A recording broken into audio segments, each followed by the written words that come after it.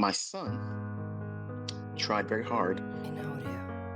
He tried 7 times to pass a top step combine. The reason why he was blowing it, trying to do the 150,000, because he was trying to trade with the maximum amount of contracts. Just because they're offering it to you doesn't mean you should do it. And he wasn't trying to adhere to any of the things I outlined for him, which is very frustrating. But yeah, I guess you're gonna do these things, especially as young men. You're gonna rush into it, and he wants to be able to show me that I can do it, Dad. Watch, I'll do it my way, and his way didn't work. So we sat down over the weekend, and I told him, I said, listen, are you ready to really sit down and do this the right way? It's going to be boring, and you want it to be boring.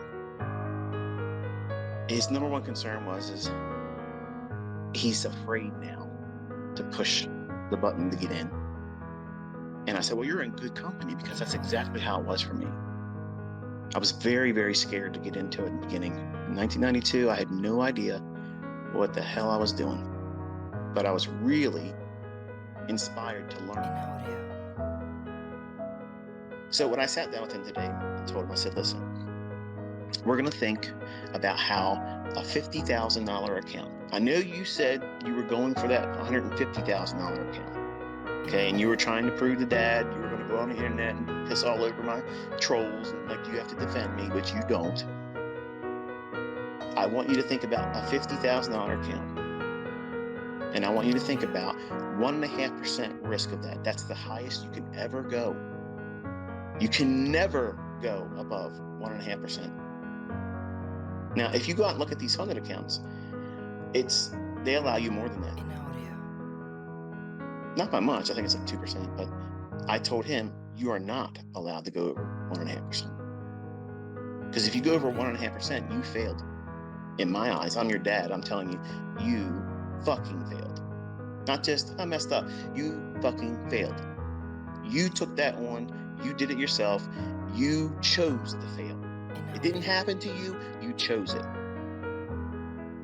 So I sat with him today and I said, look, I want you to think about what 1% looks like on a $50,000 account. That's still more than you make all week long. What happens if you sit down and you make that in one day? How would that make you feel? Just one day? Yeah, one day. That's what I said. One day. What does that make you feel like? He said, I would want more than that. I said, why? You're not making that right now. Because clearly, where you're working, that isn't going to cut it. I don't think it's appropriate for you to have that type of mindset where what you're doing is it's normal for a teenager. While you're in school, he was homeschooled. You go to a coffee shop and you're working there, you're making $400 a week. Wonderful. $400 a week for, a 17-year-old. It's spending money. You work all week long around these insufferable people that come to the location where he works at. And where I live at, there's this snootiness, okay? That everybody thinks they're better than everybody else. Okay, and believe me, it's ridiculous. Like it's nonsensical the way they all act up here. And if you go into a place of service and a person's waiting on you, if you're going in there too and you're patronizing a place like where my son works at, he works at a coffee shop. It's a Starbucks, and it's unbelievable hearing some of the stories. He comes home the year and a half he's been around. It's just crazy to hear these entitlement-minded people, and they come in, they talk to you like you're less than human.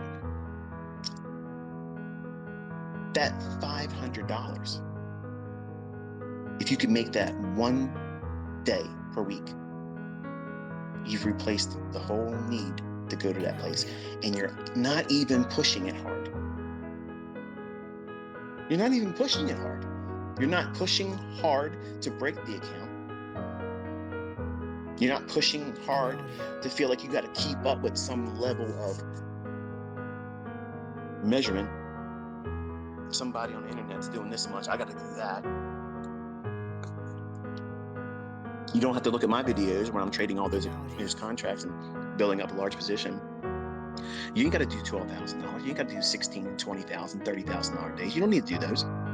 You can get to those, but you have to grow into making $200 and saying, okay, $200. That's your whole week and half right there with one transaction. That's how I got hooked on this. In the 90s, I got hooked on that because my pay was less than $300 a week.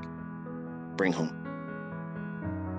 And I was thinking to myself, man, if I could just do one bond trade per week and just get half of a point, if I could just get lucky enough to find 16 ticks on one contract in the bond market, that's $500. That's better than going to work. And once I do it, I don't have to do it again because I'm scared to trade, right? Well, that was my whole approach going in, easing into it. And I sat down with him, I explained this whole thing to him today. I said, I was afraid to get into it when I was in the 90s. I mean, it was exciting, but still scary. Like, I don't ride roller coasters. I think they're thrilling to watch other people go nuts and throw their guts up and scream and, probably blow out an intestine and guttural, screams as they go down the deepest part of the climb. But I would never get on those things. I don't like them. I have to be in control. I have to be in control of me, the environment that I'm in, and that is not something I would do. And I don't want to treat my trading like that. So I have to be very methodical about what it is I'm looking for. And the way I teach you as my students, I teach that same approach. We're not gambling. We're not inviting happenstance. Okay, so I told him, I said, you're going to trade until you get fatigued.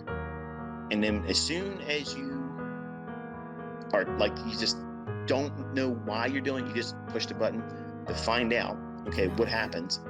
That moment, that's what I was waiting for. And I explained to him, I said, that's where everybody blows it. Everybody blows it. At that moment, it's because you have either hurt your account, someone has hurt your feelings or made you angry, or you're sick, or something cost you money that was unexpected. You are using that moment to replace some kind of negative thing that you're going through. Or maybe not even experiencing it yet, but you're afraid of it. You're afraid if something happens, it's looming in the offing. What happens if my girlfriend? What happens if my wife? What happens if my husband leaves me? Well, I won't feel so bad if I can make $1,000 today. When really you'll still hurt because you have emotional commitment to that. Whatever that thing might be. It might not even be a relationship. It might be some kind of I don't even know. It could be a number of things. But a what-if thinking scenario of something negative, something harmful that may happen to you could be a very triggering thing for you to get into a trade that has no real sound reason to be in it. And you're looking at it with the expectation, if it pays out, this is a better use of my time than sitting around worrying about something that may or may not even happen. And I have done that. And I have blown accounts in a 20-year-old mindset.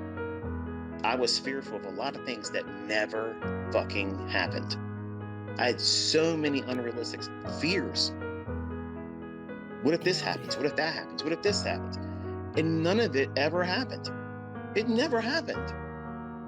But they were so overwhelming to me at the time that it forced me to take on trades and take on risk, hoping that if I got paid out correctly on the other side of that trade, at least it was better than me sitting there twiddling my thumbs in fear of what may not or may come. The uncertainty of what if thinking is paralyzing. But when it's not paralyzing, it's the instigation to take you into a gambling environment. Think about it. I promise you, if you do some serious soul searching, you could go back to those times where you blew your accounts, where you've done serious damage and drawdown in your accounts. You've probably many times been been in that same circumstance and not even realized it. And the only way I identified it is because I was journaling it. And these same circumstances kept coming up when I blew the account. These things were there.